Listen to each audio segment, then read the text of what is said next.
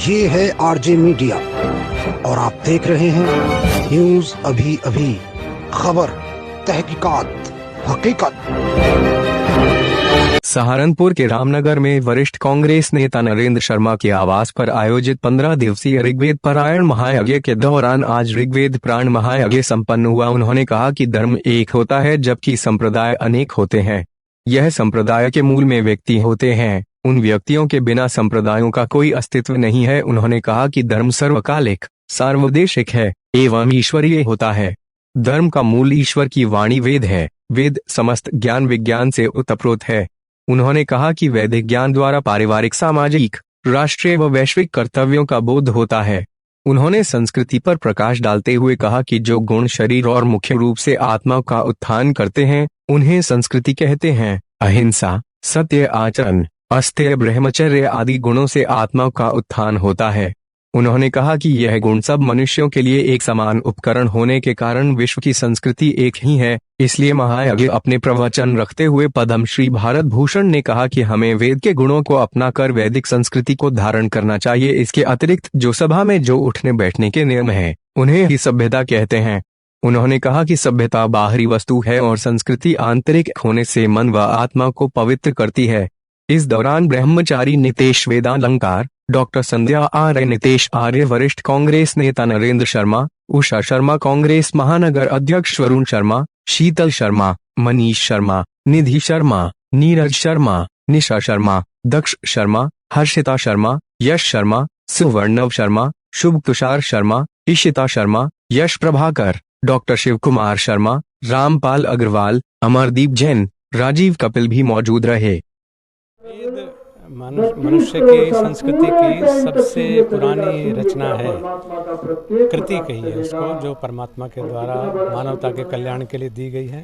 और जैसे हम अपने संविधान को बार बार पढ़ते हैं, ये सोच करके पढ़ते हैं कि हम इससे भटक ना जाएं, इसका हम पालन करें, उसी प्रकार से जो वेदों में व्याख्याएं हैं, उनका चिंतन, उनका मनन, उनका वाचन, यानी उसकी महत्ता को जानते हुए मुझे बहुत बड़ी खुशी है कि आज सहारनपुर में नरेंद्र शर्मा जी ने एक साहसिक कार्य किया कि जिसमें अनेक लोगों को 15 दिन तक लगातार वेद की वाणी सुनने का और वैदिक विशेष रूप से ऋग्वेद का यज्ञ करने का अवसर मिल दिया है उन्होंने।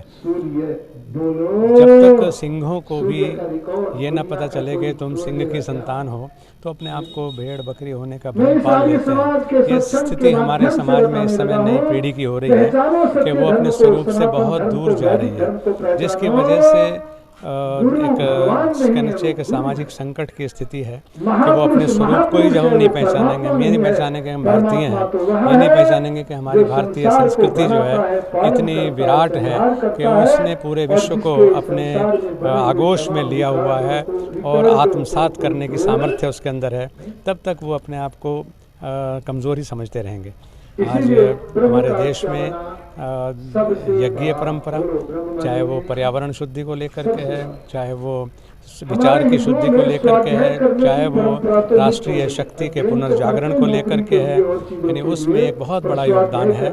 और जैसा कि यहाँ लोगों ने संकल्प लिया कि वो सत्यार्थ प्रकाश का प्रतिदिन अध्ययन करेंगे, यज्ञ को अपने जीवन का हिस्सा बनाएंगे और जो हमारे पंच महायज्ञ हैं उनको जीवन में लेकर के और पंच महाव्रत हैं उनको जीवन में लेकर के बेहतर समाज के निर्माण की जो परिकल्पना है उसको मूर्त रूप देने में ये एक बहुत बड़ा योगदान है। मैं आज इसी भाव से यहाँ पर आया था कि इस पवित्र प्रयास को प्रणाम करूँ। धन्यवाद। न्यू जनरेशन तो रिसेप्टिव एंड पे है, वो तो जो उसको हमसे, आप देखो ना, कोई अतिथि हमारे घर में आता है तो हम उसको जो खिलाते हैं वही खा लेते हैं वो, तो ऐसे ही जो बच्चा परमात्मा ने हमारी गोद में दिया है तो उसको जो संस्कार हम देंगे तो बच्चे वैसे ही बनते चले जाएंगे। ये जो यहाँ पर प्रयास हुआ है ये इसी प्रकार का प्रयास है कि नई पीढ़ी को जानने का मौका मिले कि उन्हें जीवन में किस दिशा पर चलना है। तो बच्चे नहीं भटक रहे हैं बल्कि बच्चों को सही चीज़ बताई नहीं जा रही है। तो वो प्रयास अगर छोटे लेवल पर भी है तो भी उसका बड़ा परिणाम है। जैसे हमें अगर एवरेस्ट पर चढ़ना है, छत पे चढ़ना है, तो पहली सीढ़ी पर चढ़ना पड़ेगा। तो हम यज्ञ का आयोजन ही ये बताता है कि मैं सिर्फ अपने लिए नहीं जीता हूँ, बल्कि पूरे समाज और पूरी मानवता के लिए जीता हूँ, पूरी सृष्टि के लिए जीता हूँ। आज जो ये यज्ञ हुआ है 15 दिन तक चला है, तो इससे लाभ जो है पाने वाले वही लोग नहीं जो यहाँ करके बैठे हैं, वो भी लोग हैं जो अलग अलग आस्थाओं में हैं। कोई भाई इस्लाम को फॉलो कर रहा है, कोई ईसाईयत को फॉलो कर रहा है, लेकिन उसको भी ये पवित्र सुगंधि जा कर के छू रही है। ये वेदों की ऋचाएँ जो हैं, ये ध्वनियाँ उनको भी जा कर के छू रही हैं, और उनके अंदर भी एक साइलेंट ट्रांसफॉर्मेशन जिसको हम कहते हैं। तो ऐसे ही जो हमारी नई पीढ़ी है, मतलब वो भी इसको सुन रही है, तो वो भी इसके ऊपर मनन करेगी और निश्चित रूप से कहेगी कि खुशबू आ रही है। तो जब जीवन की खुशबू आती है तो उसमें जीवन में बदलाव तो आता ही है। ऋग्वेद प्राण यज्ञ का आज हमारे निवास स्थान पर लगभग 15 दिनों से ये महायज्ञ हमारे निवास स्थान पर चल रहा था, जिसमें आचार्य विष्णु मित्र जी के कर कमलों द्वारा ये कार्यक्रम संपन्न हुआ। आज ये कार्यक्रम का समापन है और हमारे बीच में पद्मश्री भारत भूषण जी महाराज, वो भी उन्होंने भी अपना कीमती समय इस महायज्ञ में आहुति देकर अपना दिया है।